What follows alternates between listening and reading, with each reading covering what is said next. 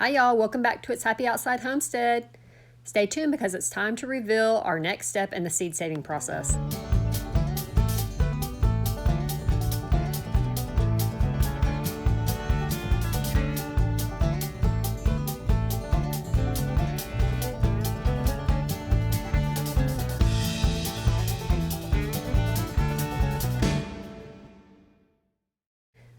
So before we get started, if you haven't checked out our video, Sundried and Seed Saved, you might want to do that first to see how we collected the seeds.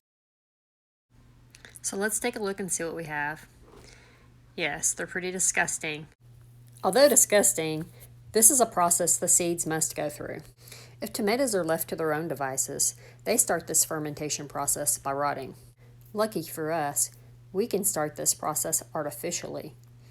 And we do this by letting these seeds sit here for 3 or more days, rotting away and forming this mold, also known as fermentation.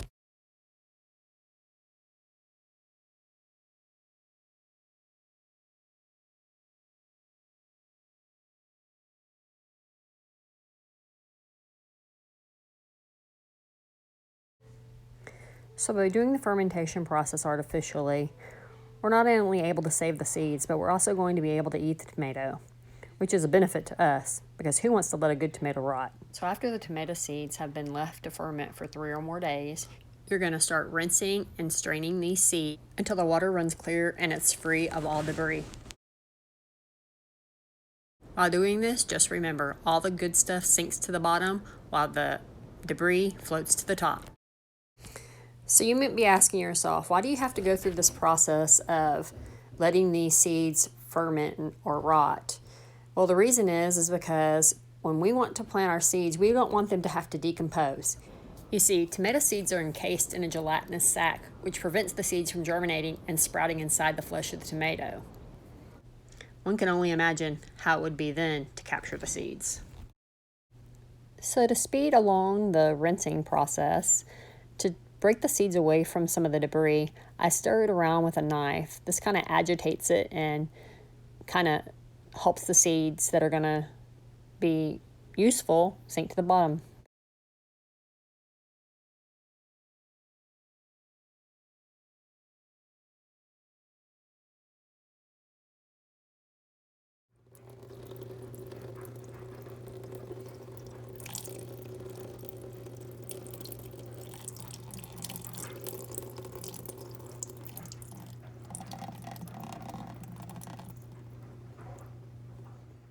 You're going to continue to wash and drain these seeds until they're running clear and free from all debris but the seeds. Reminder, the seeds that are good will sink to the bottom. Trust me, even though this may seem tedious, it doesn't really take as long as what you might think. And it's going to be better for your seeds in the long run.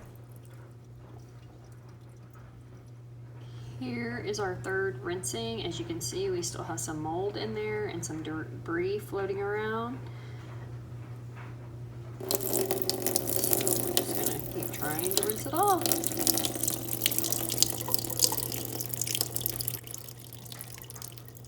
This variety is actually the Lucky Tiger seeds that we saved.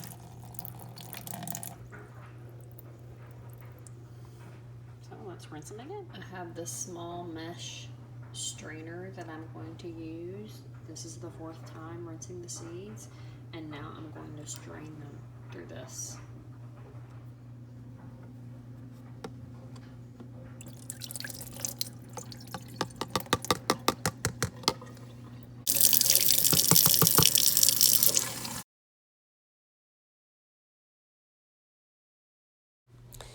So I rinsed and drained the seeds 4 times. After I get done, I rinse them again once I have them in this fine mesh strainer.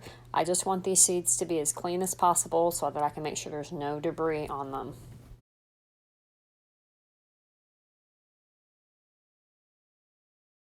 So once I have these seeds clean and free of debris, I run my finger over them in the fine mesh strainer, trying to knock loose any of the gelatinous sac that may still be on them.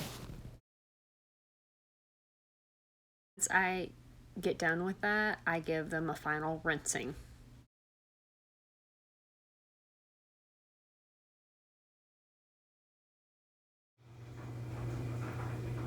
Okay, I wanted to give you all a close-up of what the seed looks like now that it's been rinsed all the way. As you can see, it doesn't have any coating on it any longer, and that's what you're trying to achieve before you lay these out to dry. Because when we go to replant these seeds, we don't want them to have to decompose before they can start sprouting. Let me show you a seed that hasn't been prepared. Here is a tomato seed that hasn't been prepared. It's probably hard to see the difference, but the texture of this is a lot more smooth and slimy, whereas the other one was more dry and not as smooth. I don't know if you can see the difference. There's even like a little bit of greenness to the seed, or that encasement is still on the seed. So now let me show you what I need to do to those seeds that I just prepared to lay them out to dry so that we can store those for later planting. I'm trying to get as much water as I can off of these seeds before I place them in our container to let them dry. And as you can see, I'm lightly tapping it just to get some of that excess water off.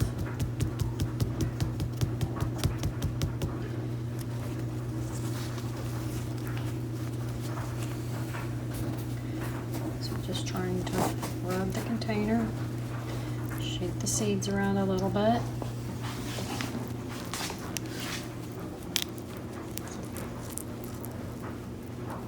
We want these to dry as quick as possible. You can see I'm using like a little glass Pyrex dish. You want to use glass or ceramic to dry these out on. It also suggests that you can use a coffee filter, but I don't want to use coffee filters for that purpose, for this purpose, because I want to save my coffee filters for my coffee. And this is something that can be reused over and over. All we just need to do is wash it.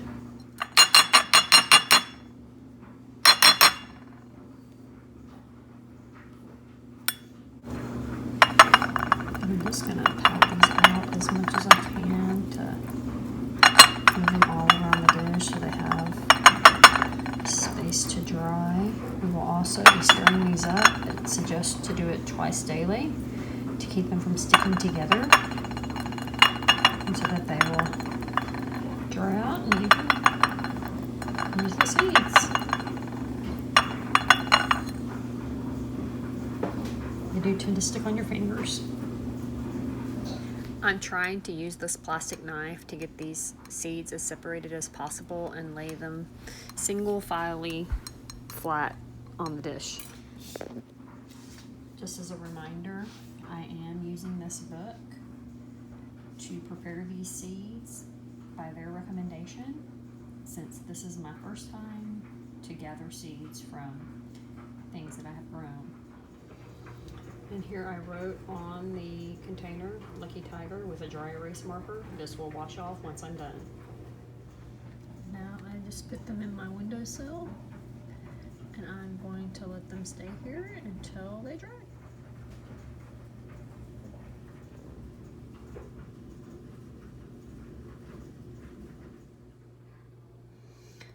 So here we have our Lucky Tiger, our purple bumblebee,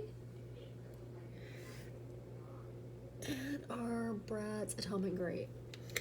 And as you can see, if I did not have these marked on what variety they are, I would not be able to tell, because these seeds look identical. So just something to keep in mind if y'all decide to do this for yourself.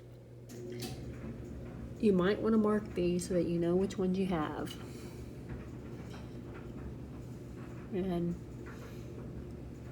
the way the seed system is going, it's been hard to find a lot of things. And plus, you know, a seed packet costs anywhere from $1 to $5, sometimes even more than that. So on average, they're about $3.